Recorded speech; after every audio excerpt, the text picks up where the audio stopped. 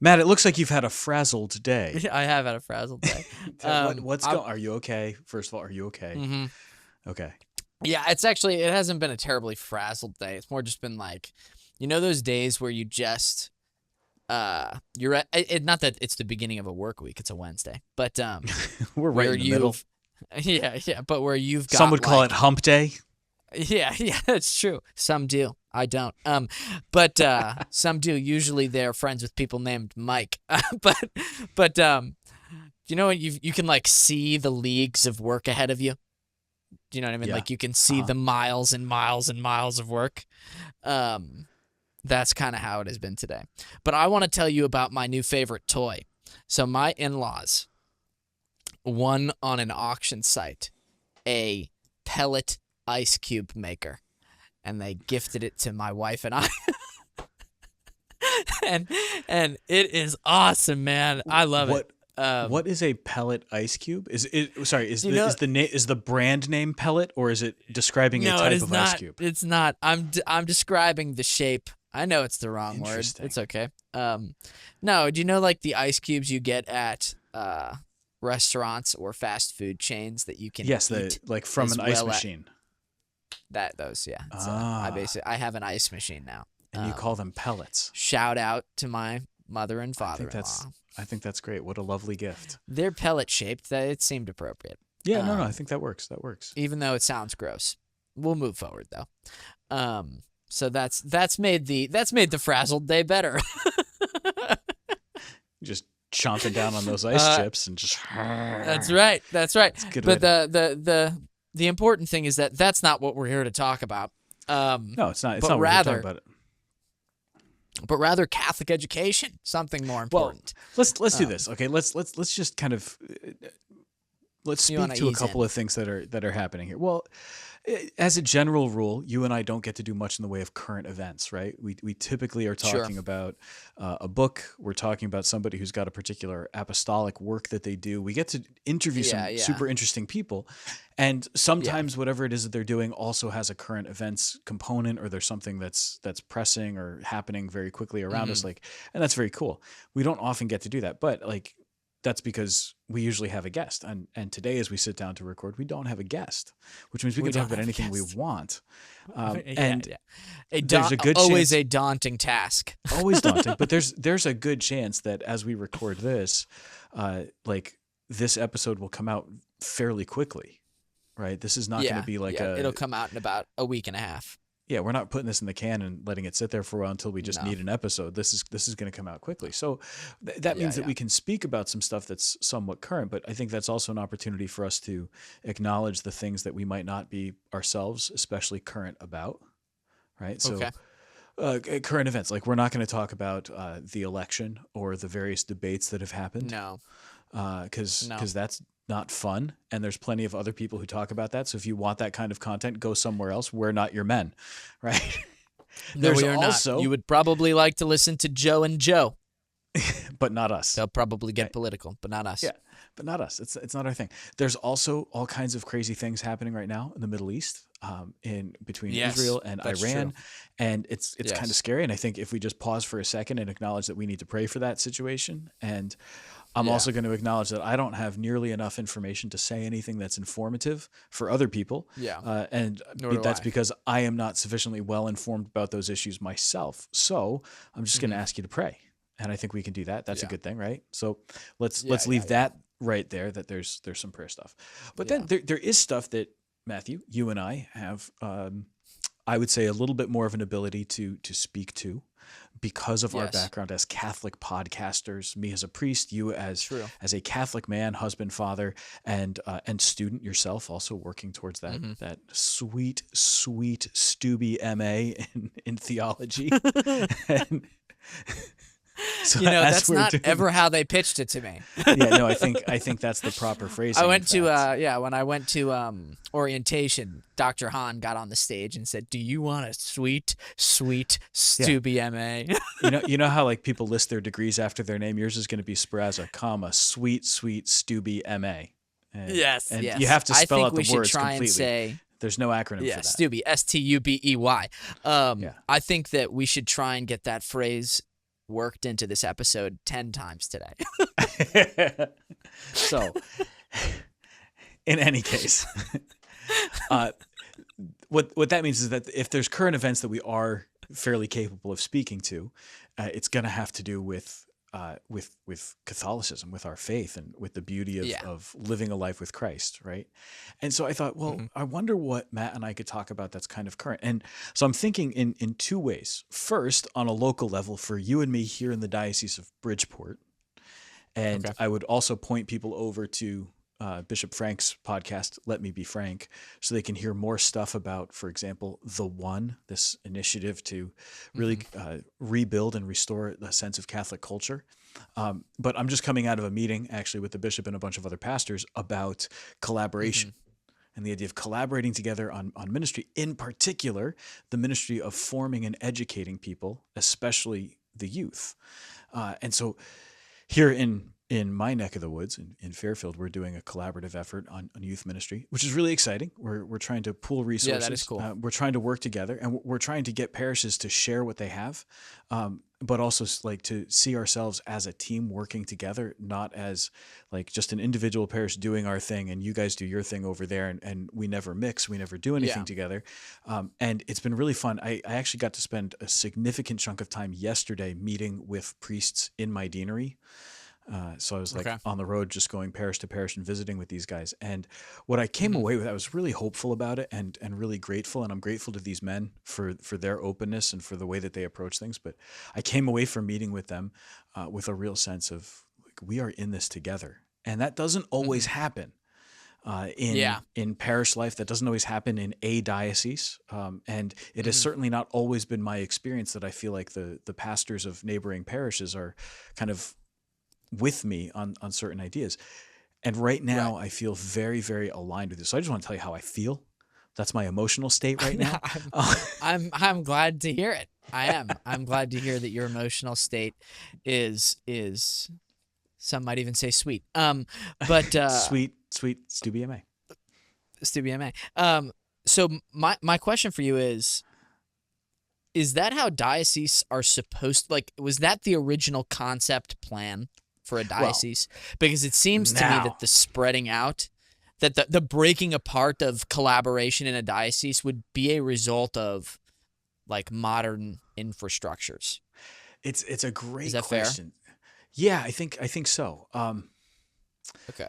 Well, what you're asking is very much an ecclesiological question.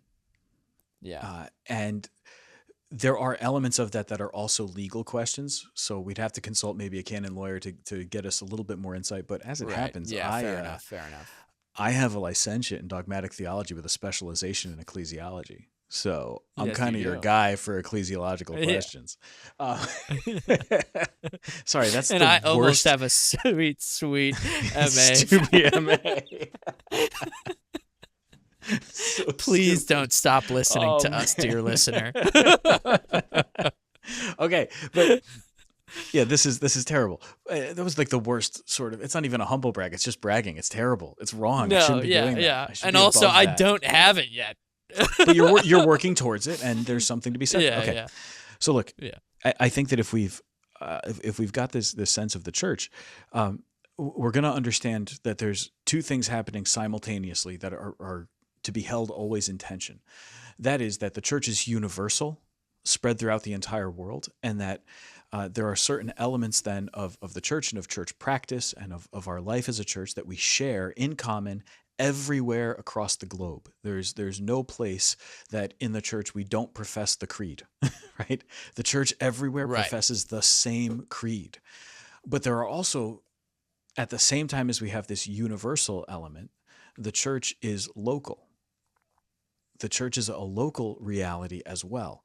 And so that local reality is brought into union with the universal reality when we are in union with our bishop, in union with the Pope, right? And then that local reality, though, is super important because at the local level, that's where people encounter the church. That's where they experience their participation as members of the church, as part of the body of Christ that is the church. It's also the place at the local level where they are going to experience Christ. Now, that's the local level, whether it's their particular local level or like, let's say that I wasn't Catholic and I go traveling someplace and I walk into a Catholic church, and that's the place that I encounter Christ, even though I am hundreds of miles from home.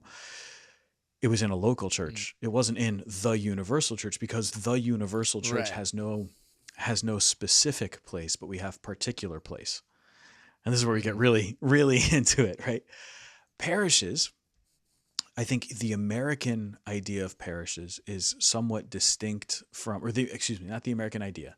The American experience of parishes is somewhat distinct from the European, somewhat distinct from the African, somewhat distinct from the Asian, and from the South American experience of parish life. In the United States, especially in the Northeast. Are they all the same? We're distinct from them, but are they all... Do you know what parish I mean? Do they all run on a similar system? Right. So parish is defined in law. It is some subset of the people of God in a particular place, typically bound by geography.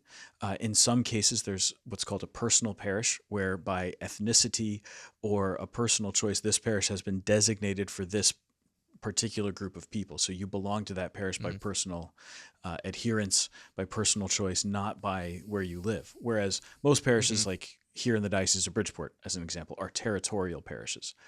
There's certain boundaries. Like, I know where my parish territory ends for the most part. There's like one road that I'm not entirely sure, because the document that I have, the copy of the document that I have that lists the parish boundaries, actually has things crossed out and written in pen on top of it. So like, it's not, I don't know how official that document is anymore. It's super old, and it isn't entirely clear. I think they had to redo it because a road was built, and they decided that road was also part of the parish. And it was like the original parish boundaries, like nobody knew what to do with this road because that road wasn't included anywhere. So like, that belongs to you now. So they whited out something and wrote over it, and it's not super legible writing. Anyway, that's a whole other thing about how legal documents are kept in the life of the church. Pulling out. Someone pulled out great. Liquid whiteout. Yeah. No, because that nice fancy stuff now that you get that comes out as tape didn't exist yet. So this is super old school liquid whiteout. It's great. Right, yeah. All right. I think that the way that a lot of parishes developed in the United States, I can't speak for Europe, I can't speak for Africa, South America, Asia, any other place. I can only speak about the United States. In a lot of places, especially in the Northeast, a lot of our parishes developed around a particular ethnic group. So you have an old Irish parish, an old Italian parish, an old Polish parish, an old French parish. And many of those parishes have shifted demographics. So especially in inner cities, a lot of old Irish or Italian parishes are now, they're still old churches, but they are now populated almost entirely by immigrants from Latin America, for example. Right. So there's a demographic shift that we see.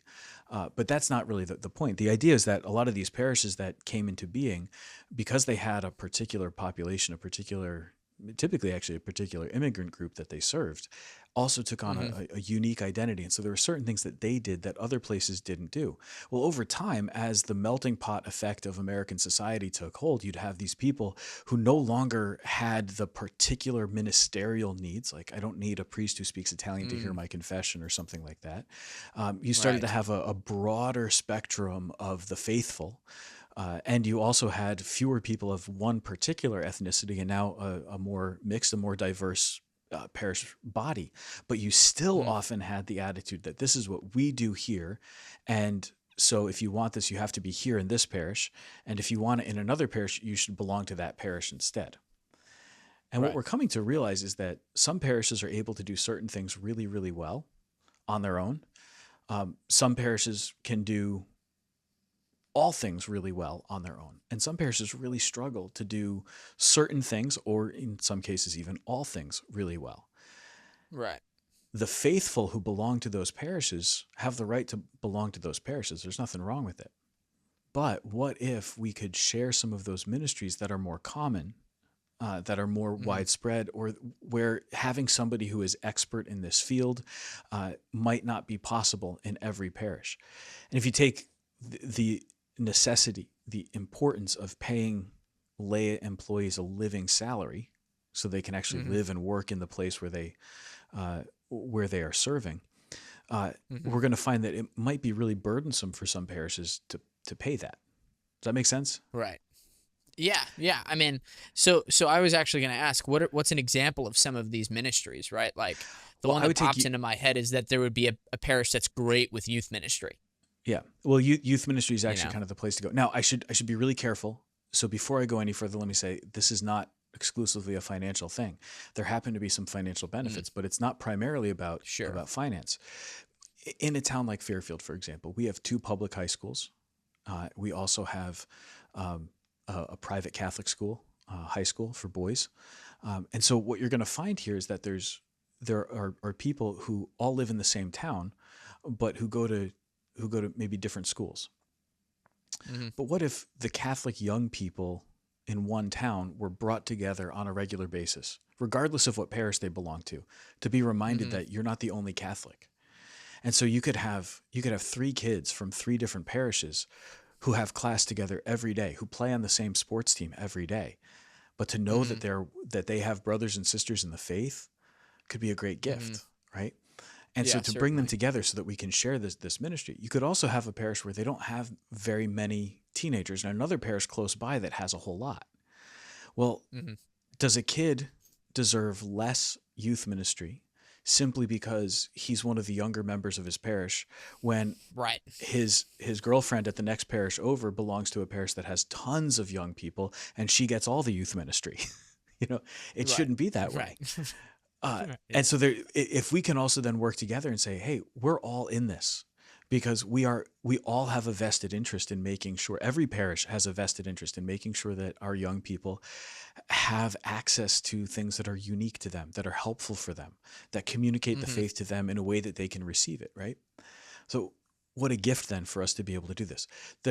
We interviewed Jason Everett last week, right? And he's got this Hmm. event coming up next week here in the diocese, here Yes. in Fairfield County. It's happening at one parish, but every single parish in the diocese is aware of this and is able to participate, is invited to send people, right? So it's Yeah. not a thing that is only for the parish where it's taking place. It's not only for the people who belong to that parish. Rather, it's something shared. If we have that attitude of, hey, we're doing this thing, we want to invite you, instead of show me your parish identification card that says that you belong to the parish, we can Right. do a lot of good. Yeah, it seems to me that that this is just like a pretty natural way of going about being a Catholic. Like I don't know if this existed in the past, but it isn't my experience that um I go to Holy Spirit Parish or St. Leo's Parish or St. Cecilia's Parish, and so I'm actually like jealous for my parish, and I want all the other parishes to be the lesser parish. Like I don't know if that was an experience of the church at one point, is what I'm getting at. Um, and I'm not asking you to incriminate yourself, but I mean, I certainly have said that my parish is the best parish, of course, but that's right, just right, of course, because it is. naturally, That's just because it's true. It's R- objectively true, right. right? It's just because you're not a liar. Yeah, exactly. I speak truth. Um, No, I right, think right. actually, I'm joking, of course, but I think that situation of, I don't think that there's been a whole lot of like my parish is better than your parish, but there is sometimes some Hmm. territoriality where Right. this is what we do, and I'm not going beyond that. What happens though I when see. I priests see. have if your priests have a good relationship with one another and are willing to Hmm. collaborate with one another, are willing to talk to each other, then all of that stuff is facilitated really easily. Um, Hmm. Bishop Frank always points to this, and I really like the idea. And apparently, this was a pretty common practice once upon a time. But he said that Hmm. there was when he was in Brooklyn, he often talks about his time in Brooklyn. He says, in my former Hmm. life, in my former life in Brooklyn, you know. And don't tell him I did an impression, but you can tell him it's okay. It's on the Right. public record. It's He could exactly hear it's there. it. Father Sam, what are you doing? Anyway, that was a very accurate one, by the way. That was a good one. Okay. He would talk about that when a parish had confirmation, they would invite the other pastors in town or in the area to come and have dinner with the bishop or just for the priest to come and have dinner together, even if the bishop couldn't make it. But we're having confirmation. All of you guys come. Let's get together. And there would be a group. It might not be a huge group, but there would be a group of priests who got together and had dinner together. And that was apparently a very common thing. Now, I think for a long time, I certainly didn't grow up with anything like that. And even in my early years of priesthood, I never heard anything like that. If anything, what we were always encouraged to do in seminary is like, you've got to form a fraternal group. You've got to find priests that you can pray with, that you can spend time with. So like my fraternal group, we were just texting today about setting up a time when we can grab dinner together, hang out one afternoon. And so like we're doing it. It's great. It's a gift. But it's so nice when it's not just like the fraternal group that you choose because you guys are friends. Typically that's your peer group, right? But how wonderful it is when you can also intentionally do it with people who have a similar background, right? So like you and Renee, you guys are still in that young adult category, but you're also married. So you need to have other married couples that you're friends with, and that you can share some things with. So you're going to have, as part of your support system, as part of your network, you're going to have some people with whom you share certain things, but who are kind of yours, that you've chosen. And then as your family grows and you have kids in school and things like that, or however you decide, we're going to get to education in a second here. However it is that you guys decide to educate your kids, and eventually when they're studying for their sweet, sweet Stu BMA, That's right. you thought I forgot about that. People. I didn't forget It's about inevitable. it. No, I did not forget. I'm what counting 5. What you're going to see is that there are people who you begin to associate with simply by virtue of the fact that they have kids of a similar age, not because they're necessarily the people that you wanted to be friends with, but like you're working with them, you're collaborating with them on different things. And what a beautiful thing when you can collaborate with them, right? Even if they're not like your best friends. So it's great when pastors can do the same thing. And I think this might surprise people. Like pastors don't always get along. And pastors sometimes feel like they're competing against each other. And we really don't want that. And what I felt meeting all these pastors like yesterday was that, no, man, we are very much on the same team, pulling in the same direction. We all want each other to succeed in our parishes. Yeah. And I was really moved by that. And I should tell these guys this. I shouldn't just tell you. Not that you're not worthy of hearing I don't this know or any anything, of them. Matt, but you don't know them. You may have met them in the past, but you don't know them. But I have to work with them. And what a gift if we can actually collaborate and work together and share some resources. So I'm really excited about that. Anyway, so that's a local thing. Can I go on a little tangent real fast? Please. I want that. Yes. I've been talking a lot. I'm sorry. No, that's okay. It's been a pleasure listening to you. So nice. The thing that is striking me by like analogously, right, is that the idea of collaboration between parents because their children are the same age. Because I've begun to experience that, but it's funny because I think that collaboration might be the wrong word for parents, only because we don't, like, I haven't gotten together with any of the people that have children that are the same age as my, son, and been like, what are we gonna work on today? You know what I mean? Like I think it's got the wrong connotation. And so I was just curious what you were thinking, what you meant. Well, I'm thinking that, think about a school. I guess there are some projects like my wife. I know I asked you a question that immediately interrupted you, but it's okay. It's good. I'm used to it. Like Renee has worked with some of the other mothers on like some like faith formation stuff that will impact all of our kids at some point. So like that's something, Yeah. Think about how a school operates where we've got this thing going on and we need parents to volunteer to help run this event. So the parents get together and they collaborate. They work together. But why? Not because they chose each other to work with, but because we have kids in the same grade. Yeah. And I was thinking about it too narrow-mindedly, I think. Yeah, it's the kids in the same grade that brings them together, and then that there's a task that they can share, as opposed to like you get together with some of your close friends and you say, guys, let's do something, and you together come up with a project and work on it, right? A priest gets together with his good friends, his priest friends, and we work on something together. We pray together. We spend time together. and then a priest Yeah. gets together with the priests in his deanery, in the general area, his fellow pastors in the area who might not be his closest friends, but they Hmm. collaborate, they work together on stuff, because it's for the Yeah. good of, like in my case, it's because it's for the good of the town of Fairfield and Easton, which is also part Right. of my deanery, Right. right? So like we want to Right. work Yeah. Fair together enough. on this. Yeah. Don't cut Easton out. Okay. I They can't, they I they can't. count. They matter. They do, very much. But I so want to hear you here's say it, Father Sam. Easton matters, and I'm grateful for Thank you. Easton's presence. Driving to Easton is like, it's only like 3 miles away, but every time Right. I cross the border into the Easton, it's like, it's a very different place. I feel very, very peaceful. It's very New England. This is actually the perfect time of year to drive up there, because it's so quintessential New England, with like all the roads are kind of windy with lots of foliage. Oh, it's great. Nice. It's great. Yeah. Easton's a Yeah. beautiful place. Okay. Anyway, Hmm. but like if we can work together. So I was really moved by the fact that we got to do this work together. And I also spoke with a priest from a different part of the country this week, and he was telling me about a lot of similar things happening. So what I'm seeing is that there's a growing sense of, our parishes can't compete with one another, especially as dioceses around the country are reorganizing and parishes are being merged together, because there was a time, I think, when especially in our cities, we overplanted.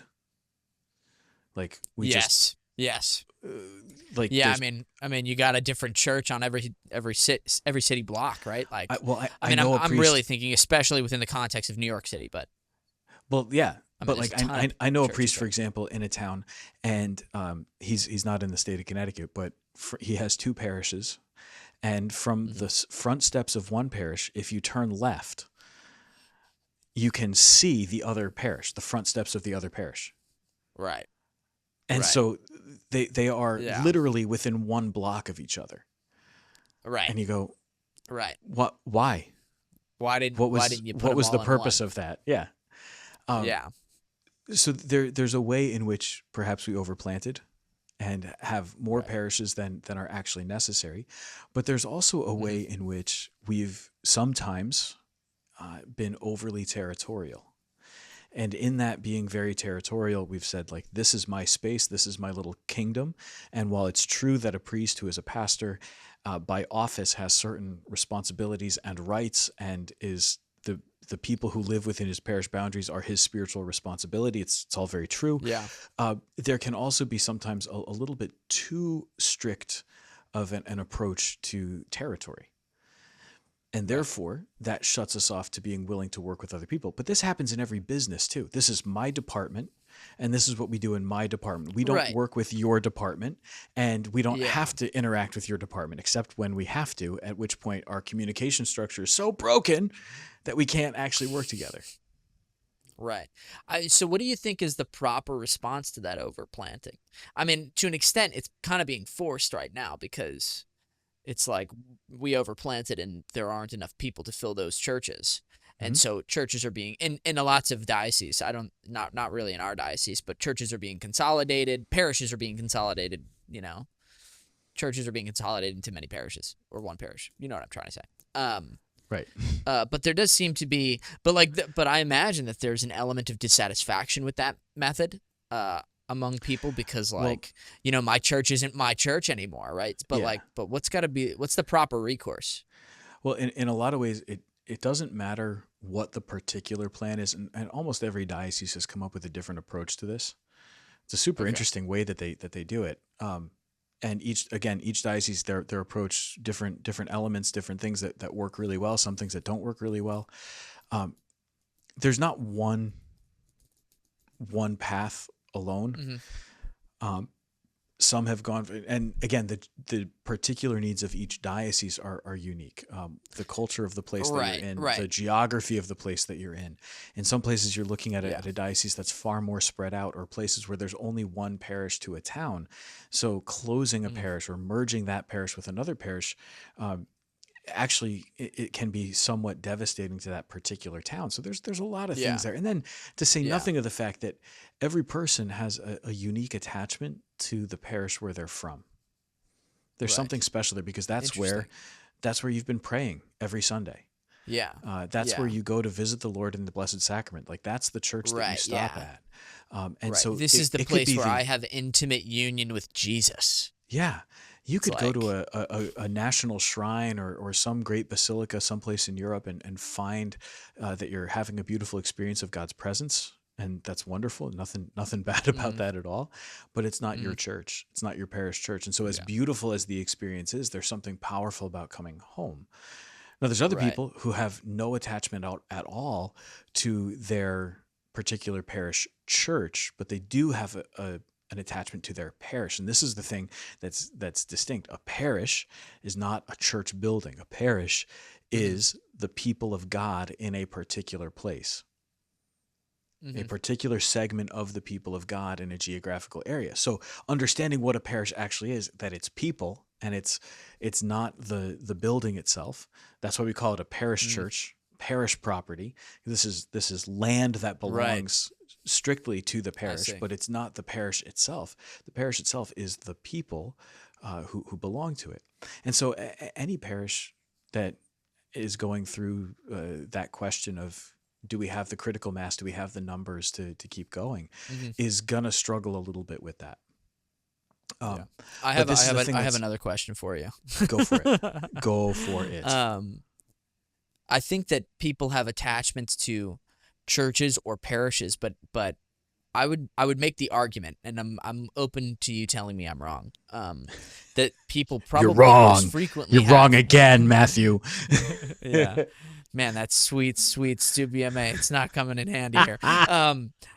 But I would make the argument that people most regularly have an attachment to a particular priest. And like that's what is associated with the building or with the parish. And so my question is, do you think I'm right in that? And two, do you think that's an issue Little column A, little column if B. someone did have that? Yeah, I mean, I think there's truth to what you're saying. I don't think it's the Yeah. exclusive answer. Again, as with most things regarding life in the church, there's a lot of nuance and there's a lot of different elements that come into play. So, for example, you'll have people who, yes, their attachment is more to a particular place. I think about growing up at St. Mark's in Stratford, and Monsignor McMahon was Mm-hmm. my pastor from the time we got there when I was 4 until he retired when I was in seminary. Right. So I was in the seminary by the time Monsignor McMahon retired. This was the priest who I saw every time I went to Mass. This was the Right. priest who I served Mass for countless times. Mm-hmm. Actually, similarly, I went to school at St. James in Stratford, and Father Tom was the pastor there, Father Tom Lynch. He was the pastor there when I got there as a 4th grader, and he retired Mm-hmm. as a pastor 3 years ago, Right. when I was already a pastor in the diocese. So there's a Right, right. longevity to a pastor's time in a parish that sometimes doesn't always happen. In fact, we now have terms, in part, I think, so that you don't have guys who are there for 30 plus years, because there's a beauty to it. It emphasizes that idea of like this priest is the father to this community, but it also is a reminder that this priest's gifts need to be perhaps shared with other places. His ministry can be valued in other places. And as is just sort of human nature, sometimes we settle. I know I Right. face that temptation all the time to like just settle into routine, and I'm just gonna maintain status quo because making changes or keeping up with things is too difficult. Like there's a temptation to that. Mm-hmm. And Yeah. so people will certainly get attached to a particular priest. That's not unusual. I think most of us priests are a little Yeah. sensitive to the idea of a cult of personality. We want to be really careful of that because, man, it's not good for Yeah, us. It's yeah. not good for our humility. We got to be so careful. But then there's Right. also Yeah. there's Yeah, the it's people who are dangerous, like, that's for sure. yeah. But then there's also people who are, in fact, attached to this particular location. Why? Because this church, this is where I was baptized. This is where I made my first communion. Or this is where my children were baptized, or where my wife and I got married. My children were baptized here. My mother was buried from here. All these family events that happen there create a very natural, a very normal, in fact, I would say a very healthy sentimental bond with a place. That's why people don't like moving out of a home that they've been in for years. It's hard. It's a hard change to make. And so I don't think there's anything bad about it. we have to be sensitive to it. And so if a parish Mm-hmm. does not have the ability to maintain itself, if a parish doesn't have the people, if the parish doesn't have the finances, if a parish doesn't have what it really takes to keep a parish vibrant and alive, although, Mm-hmm. no, wait, I shouldn't say vibrant. I read an essay about why vibrant is about color and sound. It shouldn't be about, because of the waves, like vibration. It shouldn't be. We shouldn't say that about parishes because a parish isn't vibrating. It was a very good Right. thing about Flourishing. just like exactly, a flourishing parish. Thank you, Matt. Yeah. Thank you. That's exactly Yeah. it. That's the sweet Stubia May paying off for you. That's right. right. It's coming through. Number 7. There it is. Perfect number. We have. If we don't have the conditions necessary for a parish to really flourish, for the people of that community to really thrive as a community of faith, then it may not be possible for them to continue to exist independently. And it may be time for them to belong to another parish. So this segment of the people of God is now going to join with another segment of the people of God. Hopefully what we're doing is we're attaching a population, a group that is not thriving, to a group that is, so that they can all be kind of raised up, and so that the things that are needed can actually be made possible. But in that process, there's a certain tearing. There's a way in which you're going to struggle. So the process of like reorganizing parishes is not an easy thing. But what I'm seeing is like, if we can start with something like collaboration, we're cultivating an attitude of priests working together, parishes working together, staff members in our parishes working together, and a sense of like this intentional reminder that we are all on the same team. If we can have that, I mean, what a difference it makes. So given that, right? Yeah.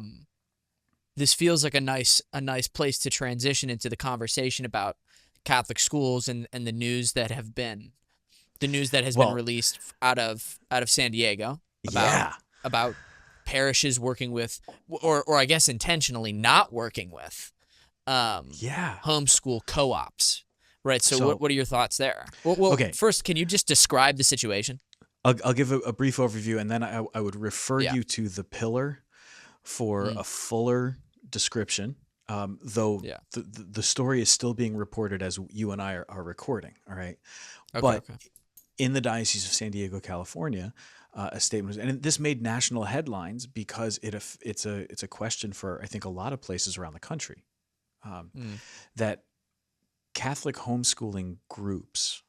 So if you homeschool your children, you might belong to a co-op or something like that, are not going to be allowed to meet on parish property in San Diego.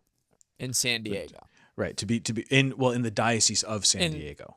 Right. So to be clear, we are talking about a place in California. We're not talking about the Diocese of Bridgeport. We're not talking about Connecticut. Yeah. California, which is different. It's on the opposite side of the country. Opposite side. Yeah, totally different place.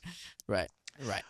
So this causes some consternation because, I mean, if you want to look at homeschooling, and you're entitled to your opinion about education. Do you think homeschooling is a good idea? I think homeschooling is a great idea. It's not for everyone though.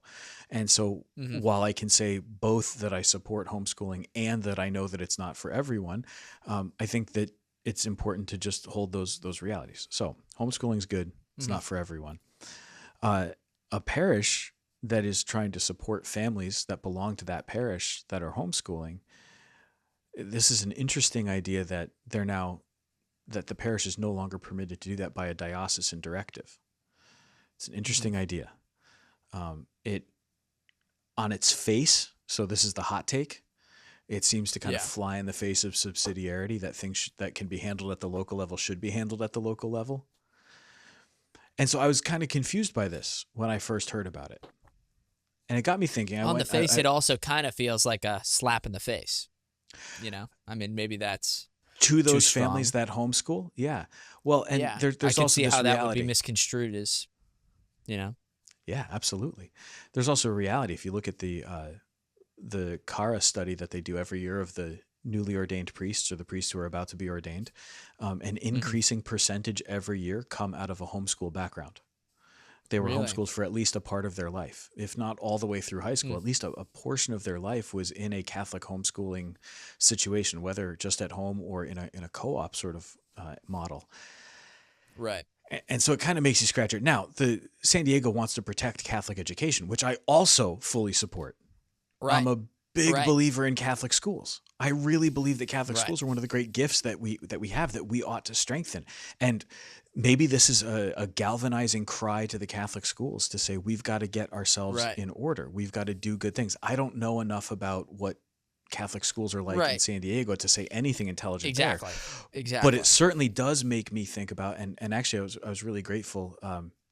One of the pastors here in town has a school and invited me to an event that the school is having because he knows that I have a lot of students from my parish who go to that school since I don't have a Catholic school. And it strikes me like that's actually exactly the kind of thing that I should be giving some of my energy to. Supporting the Catholic schools, letting the students and the families from my parish who go to the Catholic school know that I support them in it. This is a good Right. thing. It's a great Right. thing, but it's also kind of the first time I've been invited to that. I've been invited to things here Right. and there, events here and there. Right. But to have the pastor do that, it's the first time, and I'm super grateful for it. It was a really nice invitation to get. I'm going to try to go. I think it's a good thing. Right. Okay. So I started thinking about this whole idea. So Cardinal McElroy of the Diocese of San Diego, his statement ends with homeschool programs will not be provided designated special access to the parish facilities of the Diocese of San Diego. Okay? So designated special access. And here's the thing. I was like, I don't agree with the reasoning with the points that are made because the points that are made, I think, are misconstruing certain truths of what the church actually says. But that last piece, designated special access. Now that makes sense to me. Okay. Why? In the whole context of what's being written, the statement's very short. You can read it on the Diocese of San Diego's website. In the whole context, it's kind of suggesting that there could be a danger that a group of people who are homeschooling think that they have a right to use parish facilities for their group. Right. And so they should have designated special access. And that's not necessarily Meanwhile, true. it's not right. It's not associated with the parish directly. Exactly. It's not a parish ministry. And this is exactly what Cardinal McElroy says. Is homeschooling is not typically directly a ministry or apostolate of the parish. And that's true. That is a true statement, and I do not fault him on those words. I think that is true. Right. But here's the thing. So designated special access, what do we do as Americans? Like just the American mentality, right? What is our mentality? It's, I have a right to this. I belong here. I have a right. I'm a paying customer. You better serve me. You better give me what I want. Right? Right. That's how I approach my church going. Yeah. Well, I paid for this. Matt, let me tell you a little something as a pastor about things that people think they get. Because I have been told that because like one family was a longtime member of the parish, they should be allowed to have a funeral for somebody, even though we already had a funeral for a different person scheduled at the time that they wanted. Basically, they said, you should move that person's funeral to a different time because I bet we've given more money than they have. Right. All right. I did not move the funeral. I kept it as scheduled. And it was like, I'm really sorry that I'm this glad person... you've clarified that. Well, I'm so sorry for your loss. Death is hard, and it's a genuine spiritual and emotional pain to go through. And I'm sorry that you suffered that loss. However, there's another family that has also suffered a similar loss. And as it happens, their family member died first, and they scheduled the funeral first. This is not a question of favoritism. It's a weird thing to have to explain that funerals are first come, first serve. How do you explain the concept of a line? Right? Chronological time exists, and I don't know how to explain that, how it works to you, but it does, right? All right. So, and that can be kind of a painful discussion. Anyway, schools. Schools are a great gift, and Catholic education is a great gift. Homeschooling is a great gift. Parish facilities are a great gift. Mhm. Recognizing all of those things as gifts does not mean that I have a right to go and use something just because I'm a member of a parish. Right. I don't have an absolute right, nor should I expect a designated special time just for myself or for my group of friends to use this. Yeah. Rather, in cooperation with a parish, in cooperation with the pastor, and in cooperation with the other members of the faithful who belong to this parish and who Mm. also have access to these facilities, I would need to request. And if I come in expecting that it's just going to be given to me, then I'm the one who's in the wrong. Now, But to be clear, is go the ahead. designation that there's like now you're not allowed to get access to a room in a parish, or is it now you just have to And request it and it can be denied? no, this is the thing. It seems now that if you belong to a homeschool co-op, you are not allowed access. Right. Like you Yeah, couldn't that's even request that's it. You won't be given use even of a disused school. right. So a parish could have a school building that they're using Wow. for Yeah, religious that's ed, and a right. homeschool co-op wants to come in and use a couple of classrooms a few days a week, and You they know. are going to be given a blanket no. That seems to me like an overreach and an unnecessary application of a rule to a Hmm. situation that probably doesn't warrant it. Now, I say that Mm. editorializing. I am not Okay. reporting the news here, right? And Hmm. you and I Hmm. are not in California. So Right. maybe there is some Right. circumstance out there that would necessitate this. But Right. I don't think there is. I just, Okay. I, this just isn't passing the smell test. But all this got me thinking. Okay, I can't comment intelligently about what's going on in San Diego. I can only Hmm. like read the reports that have come out, and you and I don't need to rehash that. But I did start thinking, well, when it comes to homeschooling, why is Hmm. homeschooling first of all growing in popularity, and why is homeschooling something that is um, increasingly accepted and noticed by pastors who say go for it. Hmm. Right. So let's So talk a little bit about that. just for personal anecdote, right? Yeah. I have never once been discouraged in the idea of homeschooling my son. He's not in school yet, so you know what I mean. It's not like it's around the corner, but it's kind of around the corner. I mean, a Yeah. year or two, you know. And um, no pastor yet has said to me that's a bad idea. You know, like I've been getting yeses across the board, and I've brought it up to a few. Um, and so, why do you think homeschooling is growing in popularity? Why is it a good idea? What's a drawback? Hmm. Um, and yeah, well, let's leave it there for now. All great questions. Intelligently asked. Well done. Well, as you know, Yeah. Oh, sweet, sweet Stu BMA. We I'm so have in the process. It's crazy. so just like you're just in it. It's like a flow state. Yeah. It's all happening right Oh now. yeah, It's just all yeah, happening. yeah. It's so It's good. so dynamic. So good, man. You have no idea. Okay.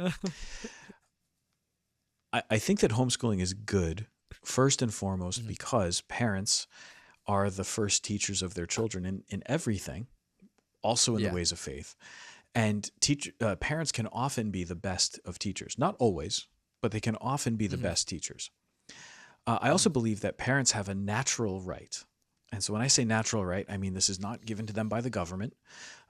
This Hmm. is simply in the natural order of things, parents have the first place of authority over their children. And Hmm. so they have the right to educate their children. Yes, That definitely. right also implies a responsibility. And the Mm. responsibility is to educate their children or to ensure that their children are educated. Mm. And because they have both the right to educate their children, and in fact, the church recognizes a universal, inalienable right to education for all people. Okay. So everybody has a right to education. Uh, Parents also have the right not only to educate their children, they have a responsibility to ensure that their children receive a proper education. Most especially, Christian parents have a responsibility to ensure their children have a proper education in the faith, proper formation and Hmm. education in the faith. So I think that homeschooling is good because it is a way for parents to both exercise their right and their responsibility. To exercise a right to educate the children and to fulfill the responsibility. Right. Increasingly, as homeschooling has become popular, I think it's because there's well-founded reasons to be skeptical about the education being offered that comes from the state.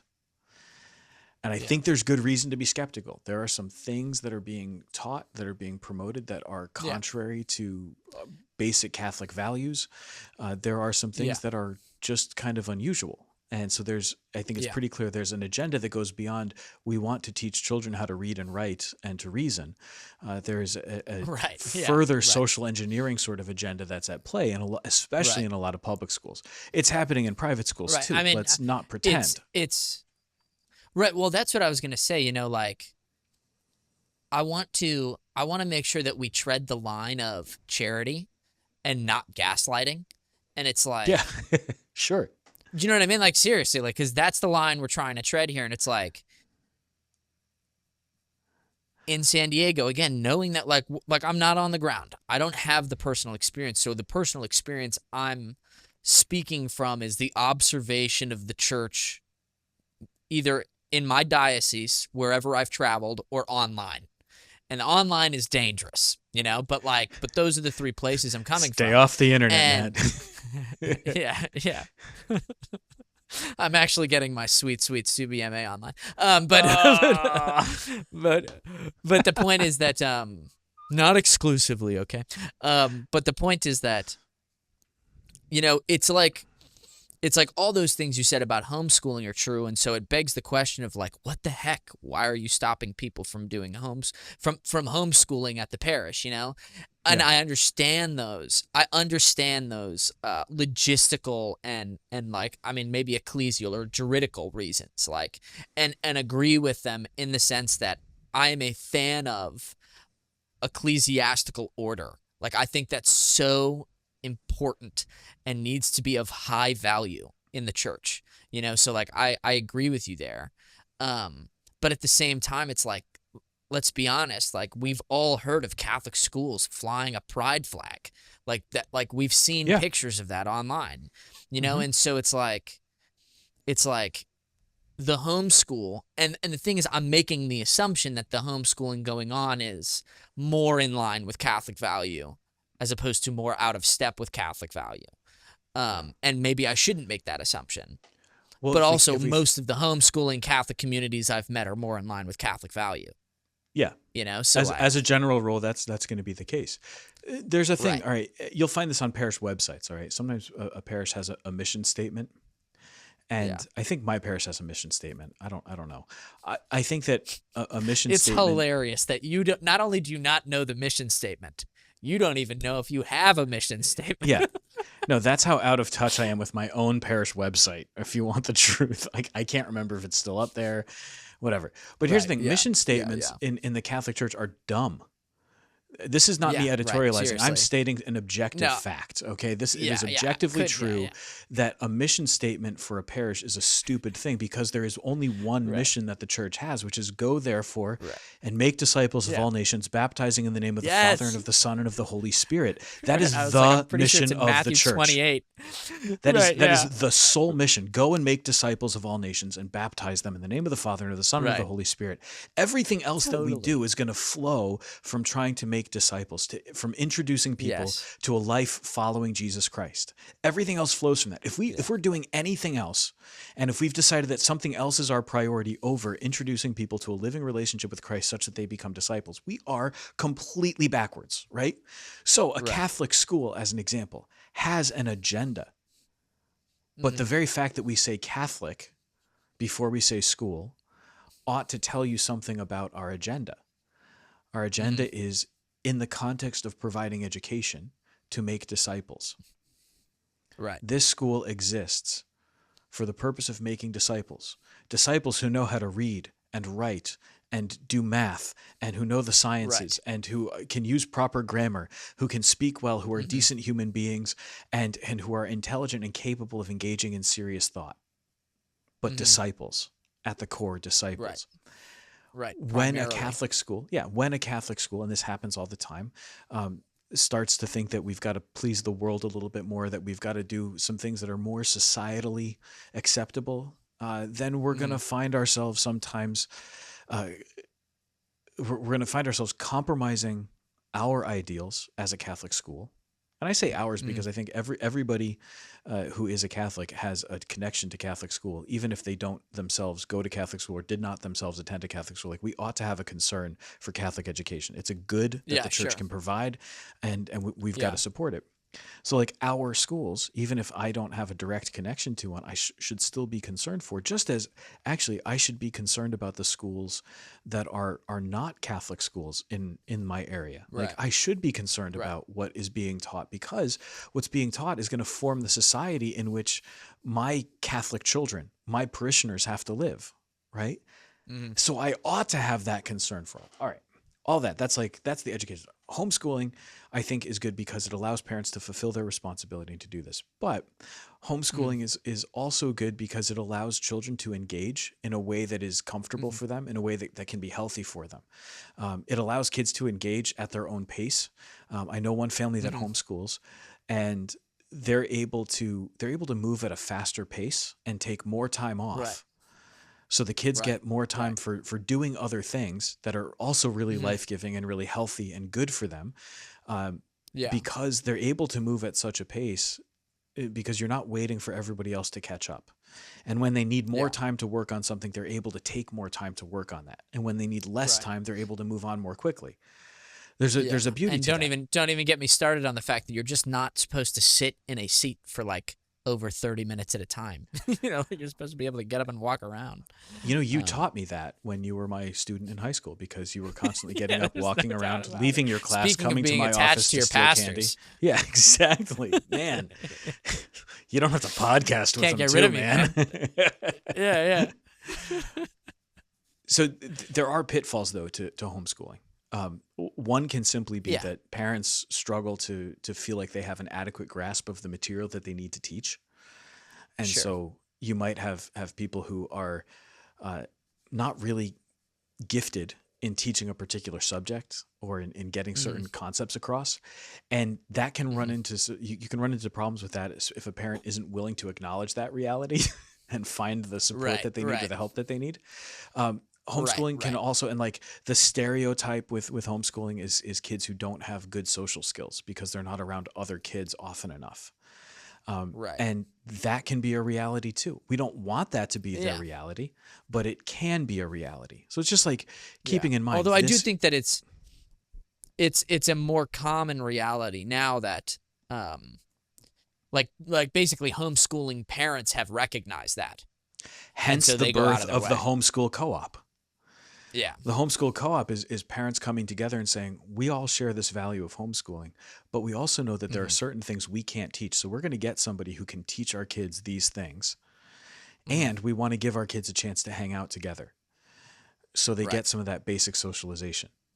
So they're not just sitting around adults all day. We want our kids to be around other kids. So there's that. And there's I think for every weakness of homeschooling, there's a solution that you can find that can work really well. And likewise, I think for every strength, there's a way that you can make it better. I say the same thing, though, about Catholic schools, and I say the same thing about public schools. Every weakness can be made better, and every strength can be made stronger. Right? So these are all things. But given that this statement from the Diocese of San Diego seems to single out a particular group, it got me thinking about, what does the church actually say about education? Because he's talking, there was some clarification that they actually had to go back and say, I think the statement originally said that Catholic schools and parish catechetical programs are the primary means by which the church fulfills the function of educating, which is not what the church actually says. So they had to clarify that. And I'm always grateful for clarification, because like, hey, if I can say something with greater clarity, let me know so that I can communicate better. Otherwise, but here's the thing. The fact that it does actually take humility to clarify something you've said. It does. And I appreciate that when it's offered. Yeah. So I was listening to the guys on the Pillar, And the guys on the Pillar, who I really admire, I'd love to have them on the show someday, but I don't think we're J.D. important enough Flynn yet. and Ed. Is it Ed Condon? Ed Condon, yeah. I think they're great. I love their take, but they're both canon lawyers. And so they went to the law as they talked about it. And it was really fun listening to them read canon law. I've got my copy of canon law up here. I'm not going to reach for it right now because it's an awkward reach, but I also don't know the law as well as they do. I'll just take your word for it. Yeah. Well, we can link to their show. I'm not surprised about so that people either. can listen to, you have an people can listen to them STL from talk the about NAC. law. You don't have a canon law. No. You know? But they got to talk about the law, which I thought was really beautiful. But the whole time they were talking about it, all I could think about was, wait a second, Vatican II talks about this. So like the ecclesiologist in me is showing up and saying, no, wait a second. The Second Vatican Council talks about this and talks about it pretty powerfully in the Declaration on Christian Education. So the Declaration on Christian Education, Gravissimum Educationis, came out on the 28th of October, 1965. And in just a few paragraphs, it's a very short document. It says a couple of things. I'm going to read this to you, okay? So number one, this is from number one of Gravissimum Educationis. All men, of whatever race, condition, or age, in virtue of their dignity as human persons, have an inalienable right to education. This education should be suitable to the particular destiny of the individuals, adapted to their ability, sex, and national cultural traditions, and should be conducive to fraternal relations with other nations in order to promote true unity and peace in the world. That sounds pretty good, right?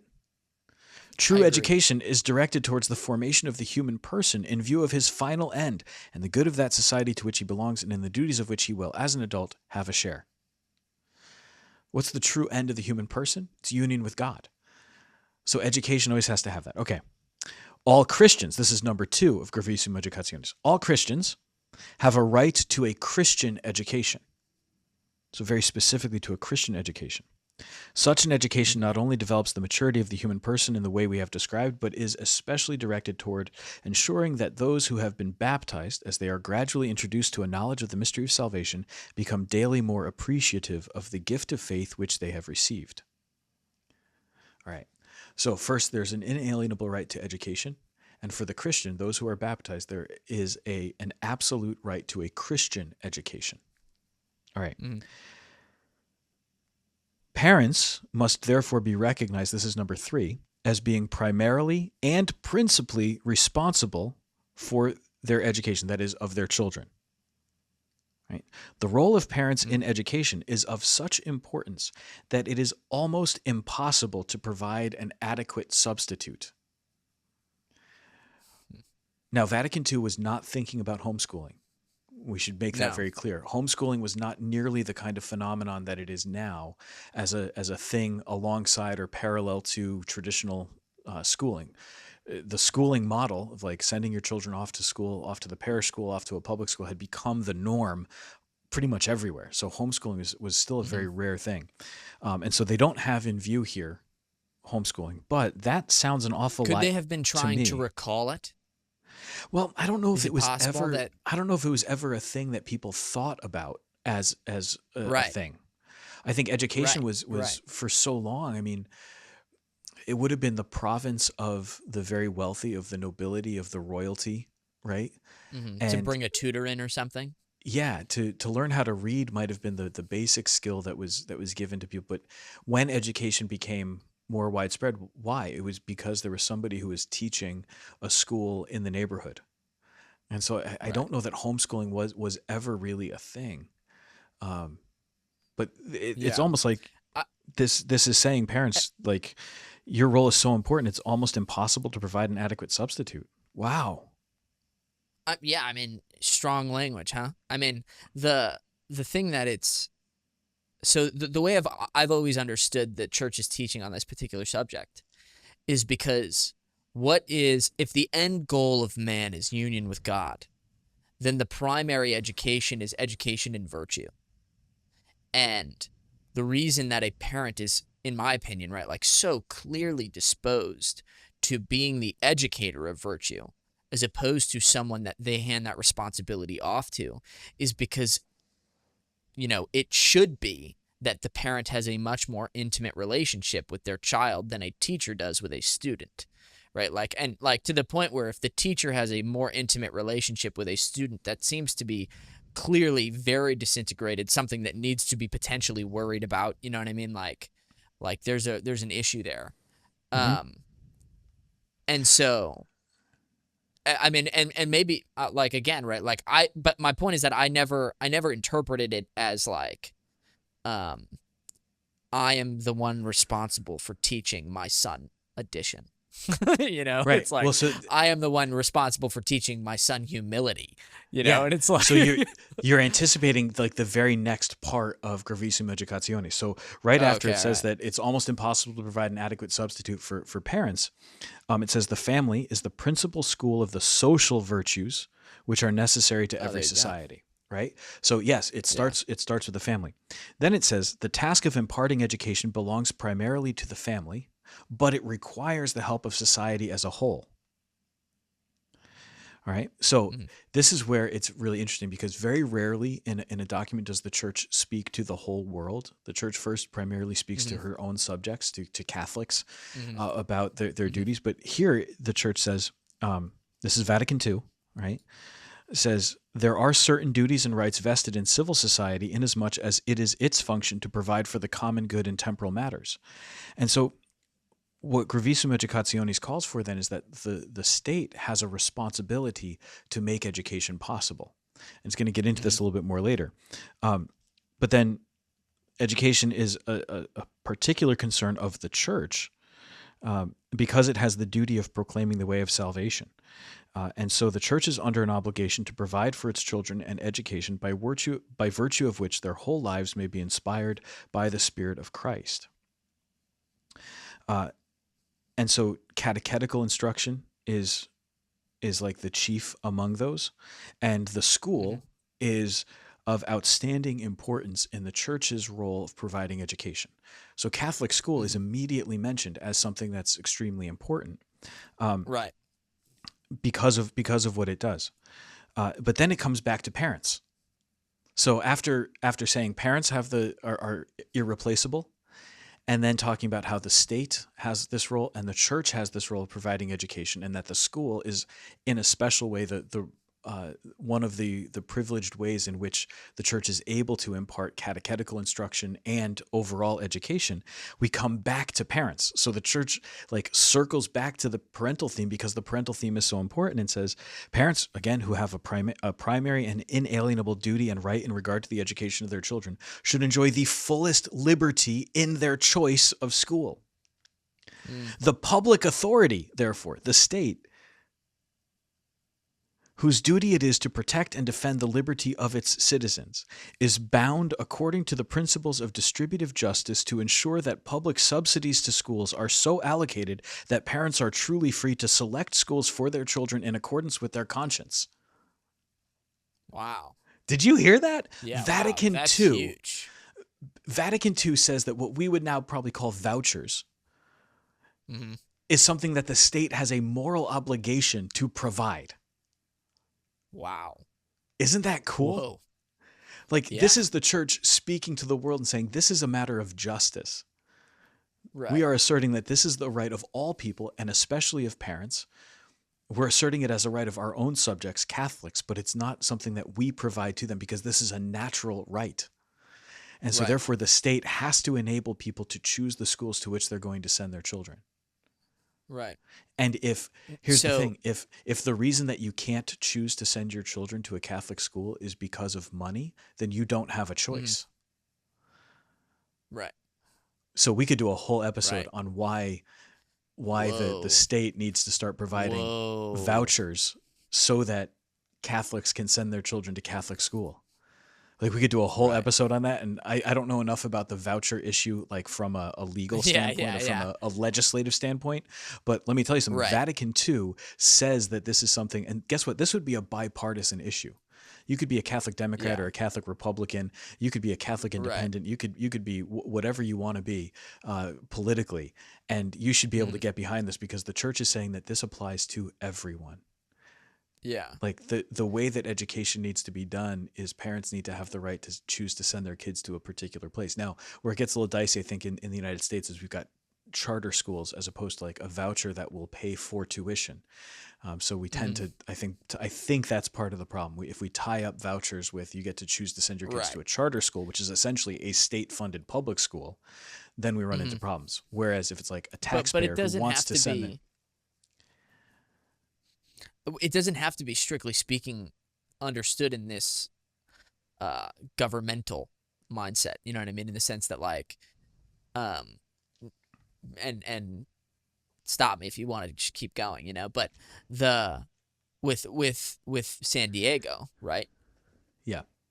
Given what you just read about parents having a right to send their kid to school, or I guess in the case of homeschooling, not send their kid to school, right? So But that's educate exactly the them at thing home. that Vatican II couldn't anticipate, is that there'd be people who want to educate their children at home, but that would fall under the But it's category like, of it's you close have the right enough. to You know what I choose mean? Like, education for your children. Exactly. yeah, Yeah. yeah. So it's like, what do I make of that? Well, no, I think this is where it's like actually the teaching of Vatican II is very plain on this, that parents have a right to Right. choose education for their children. Now, just because the word Yeah. homeschool is not included in Vatican II, it's because it wasn't a phenomenon in the way that it is now. Right. Right. But if we apply the principles, if we, you're going to Right. hate me for this, if we go with the spirit of Vatican II on this, the spirit of Vatican II Right. is that parents have the Well, right to make decisions about yeah. how and where their children are educated. If that's in a school or if that's at home, they Right. have the right to make that choice. Yeah. I don't hate you for using that phrase. I think Aw, that there's thanks. a place for true letter and spirit, you know? Um, So so then Gravissima Educationis shifts over from again like saying the state has this responsibility to provide for people to be able to send their children to the school that they want to. It comes back to, first of all, those students who don't go to a Catholic school.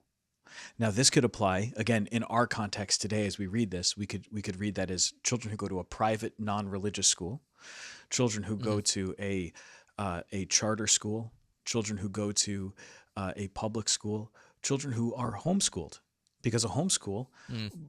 is not by definition Catholic. It's we are being schooled at home. Now, you might be using Yeah. particular homeschool resources that are Catholic, or you might be using Right. Or curriculums or whatever. yeah, or you might be in a co-op of other Catholics, so there's a Catholic element to it, but it doesn't necessarily have to be a particularly Catholic thing. Okay, but then it comes back after saying we have to have a concern for those students and ensure the church has to ensure that they are taught the faith. This is where like parish religious education programs are important, because it is one of the ways in which we guarantee that the education necessary that is at least provided.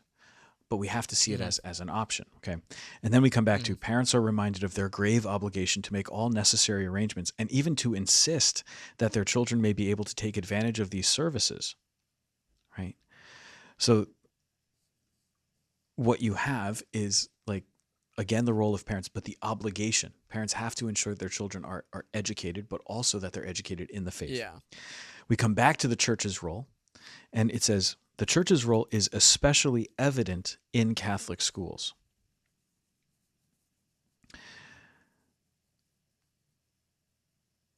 The right of the church is asserted to freely establish and conduct schools of all kinds and grades, and the exercise of this right is of the utmost importance for the preservation of liberty of conscience, for the protection of the rights of parents, and for the advancement of culture itself.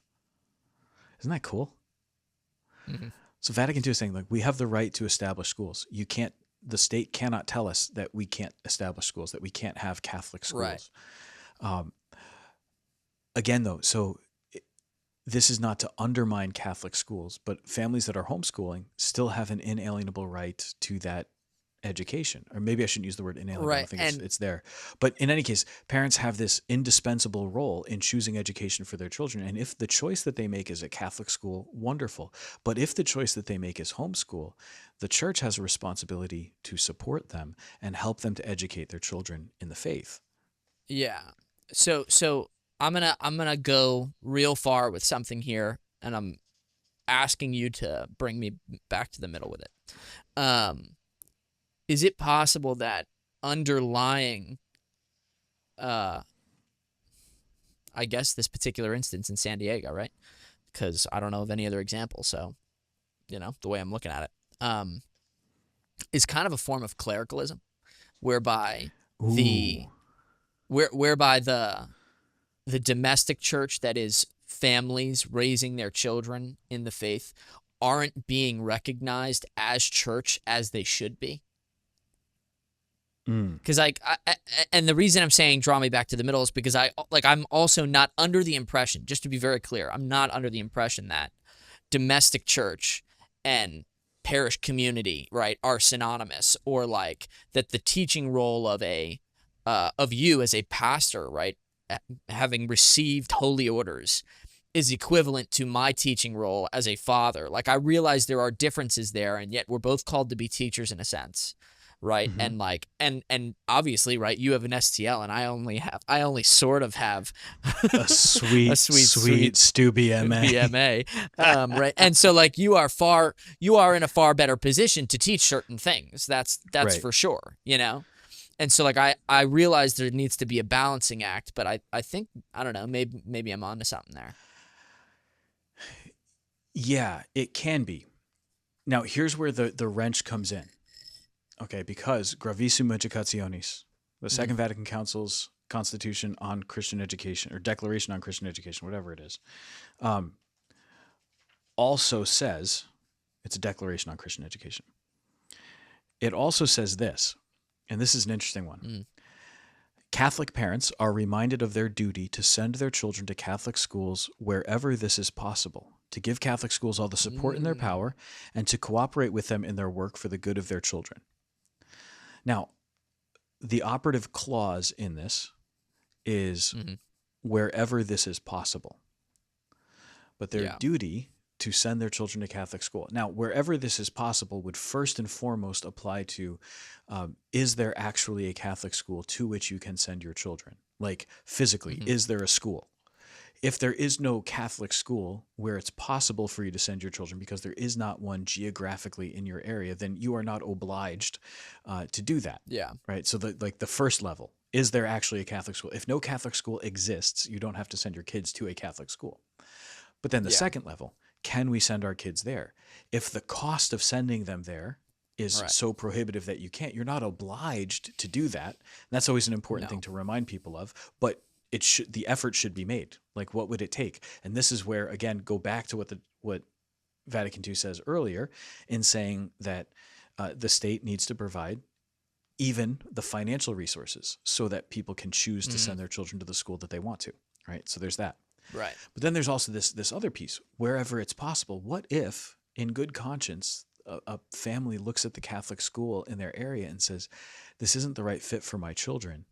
I want them to receive a Catholic education, but this school, the only one that I could send them to, will not actually suit our needs. Then in good conscience, they have the right to seek that education elsewhere, either to send them to a different school or to provide that education for them in a different way.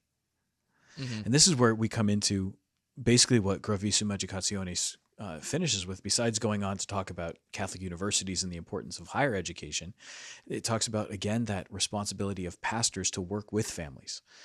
The responsibility, like, we should be striving for a co-working relationship. Now, sometimes, like, the things that I'm limited by, I'm a pastor, and I'm limited by time, I'm limited by physical space at the parish and everything. I can't necessarily do everything, but I want to work with everyone. There might be some limits to what I'm actually able to do with them or for them. There might be some things that I can't offer them, but I want to at least try, right? I want to at least try to offer them something. Well, I don't know if what we're seeing in San Diego right now is an at least trying. Yeah.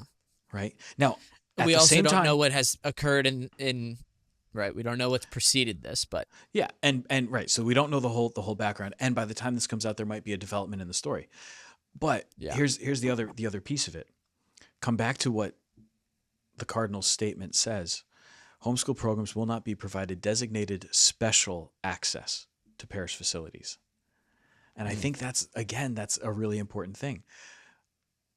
We can work together, and I can support you as a pastor, but that doesn't mean that I have to give you, or that you're entitled some kind of special access over and above somebody else. Right. And that's an Right. important thing. And maybe there was an attitude like that creeping in someplace. I don't know. Right. But Yeah. the clericalism thing, I want to come back to that. Matt, tell me what you mean by Okay. clericalism, because I think that's a good, I think you're onto something there. I do think that you're on the right track. So what did I mean by clericalism there?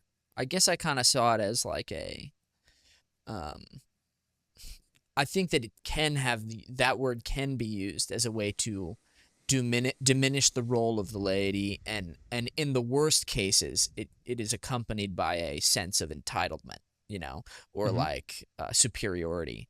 And so what I really meant by clericalism in the context of this conversation was just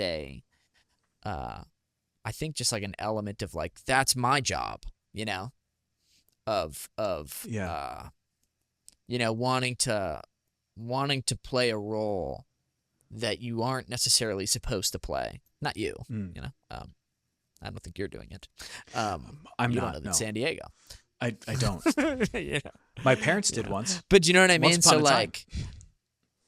like, yeah. Before I was born. that attitude. It doesn't matter. Yeah.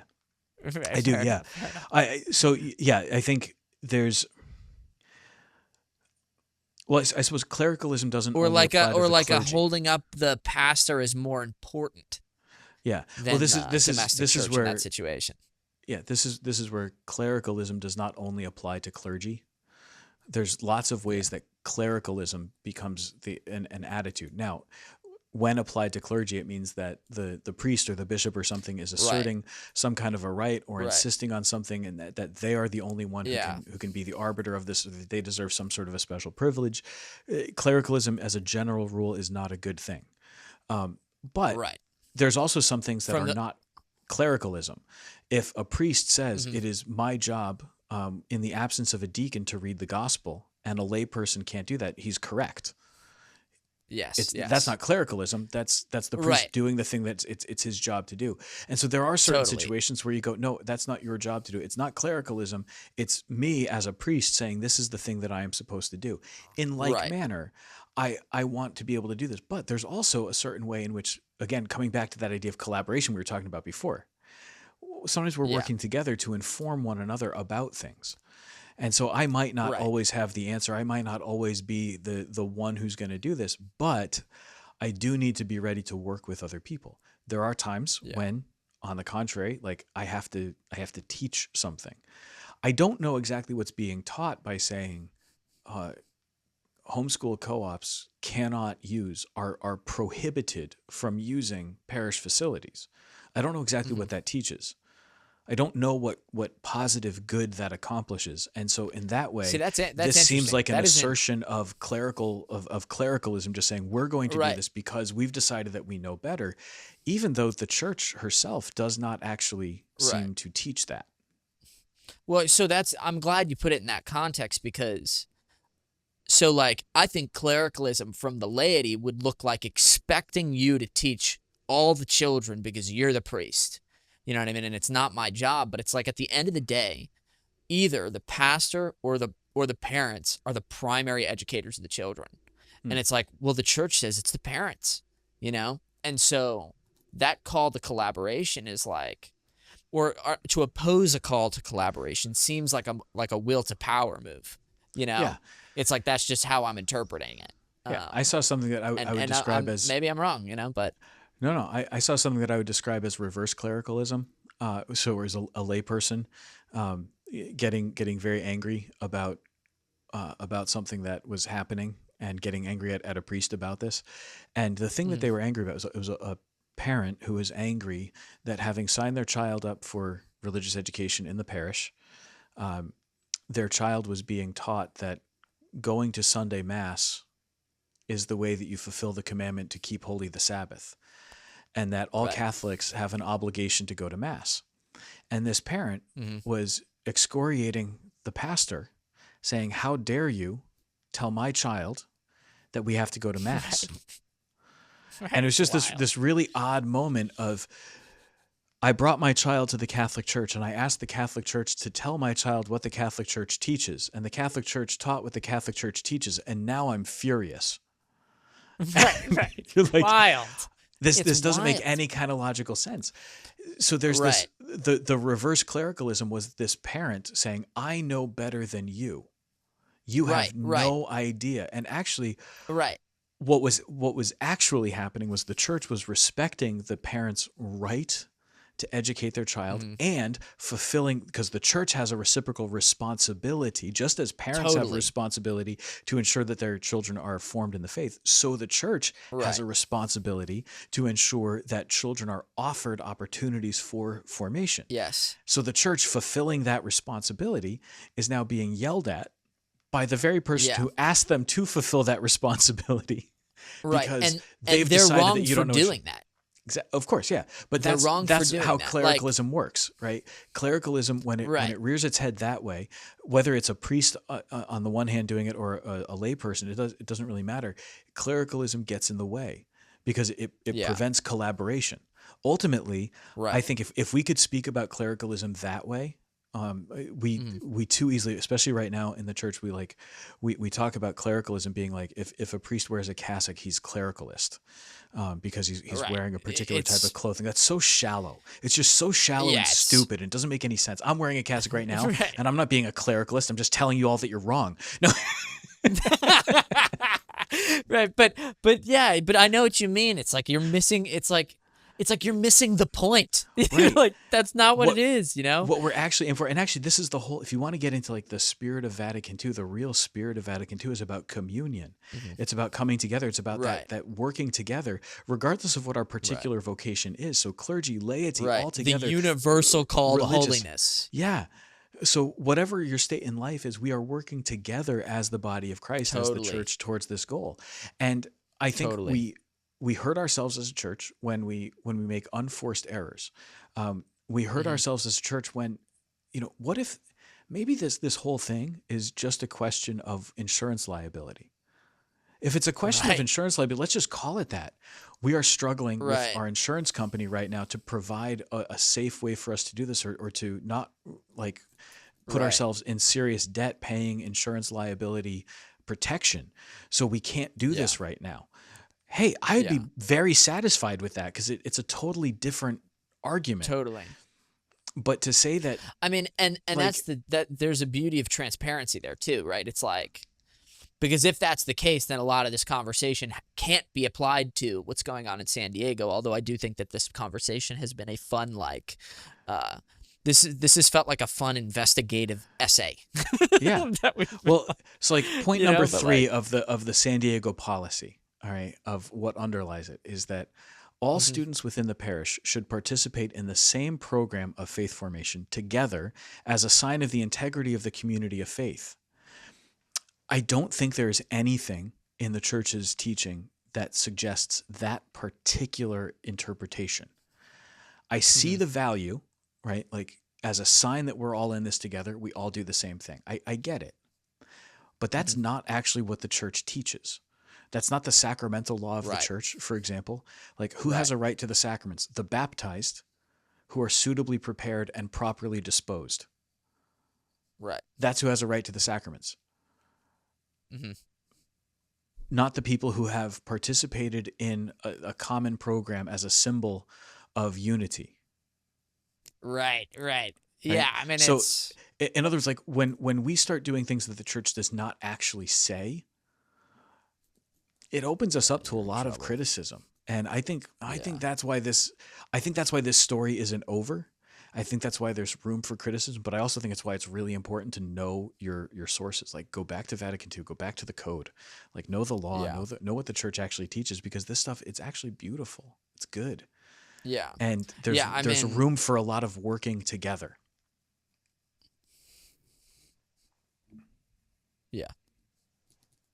Yeah, and that collaborative aspect of homeschooling isn't something that I've necessarily thought of. Because quite frankly, right, like the reason that I've considered homeschooling for my son is because it's like, and this is and like I live in an area where there are very good Catholic schools, Mhm. you know, And I've still just thought to myself, like, you know what? I'm the primary educator, and like I want to fulfill that responsibility.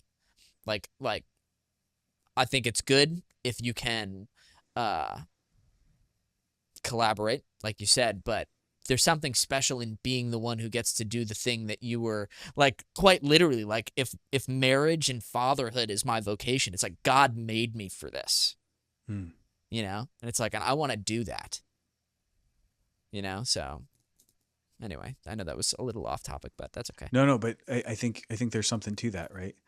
Again, this is where, like, whatever form of education parents choose, I want to support them in it. But like, Right. I will defend homeschooling and Catholic education far more strongly than I'll ever defend public schools, at least American public schools. Like, I mean, I find great value in what is done in Catholic school and what is done in homeschools. I don't find the same value. And I say that knowing really good people who teach in public schools. I don't in any way want to diminish their goodness or their talent or anything like that. No. It's just that there's a way of education that the church promotes, that the church supports, and that I think the church ought to support in the case of homeschooling. We ought to support it. And the church says this should be the way that we do it. Like, parents are reminded of their responsibility to seek Catholic education for their children. They should put their kids in Catholic school. I do believe that. So long as it's possible, so long as it's available, so long as it's a reality, which leads then to what the church says about the state has a responsibility to actually help us do that.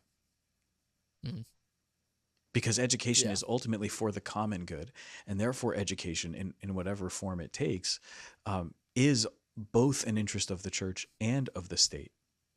So all of that comes together. I don't know, man. We've been going too long on this. I'm sorry. It's so much fun. No. This is it's funny because, like, this is something I'm going to think about for a while.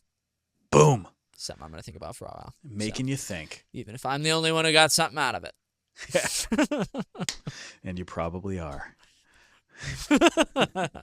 We're a hopeful duo. To all of our tens of listeners. All right. Thank you. Yes. No doubt. Oh, hey, and I need to do something. I learned recently that we have a number of listeners in the state of Missouri. Okay. Yeah. Shout out Missouri. So I want to just say hello to everybody in Missouri. Thank you for listening. Yeah. Drop a comment below if you're from Missouri. You don't have to tell us your address or anything, but no, but Missouri is the show me state. So Missouri, show me that you're listening. Sorry, that was terrible. Now they're going to stop listening entirely. I'm sorry, Missouri. I apologize. We lost everyone from Missouri. Yeah. Well, from the Constitution State, the Nutmeg State, one of the original 13 colonies. I'm Father Sam Kachuba. I am Matt Sprazza. God bless. Thanks for listening.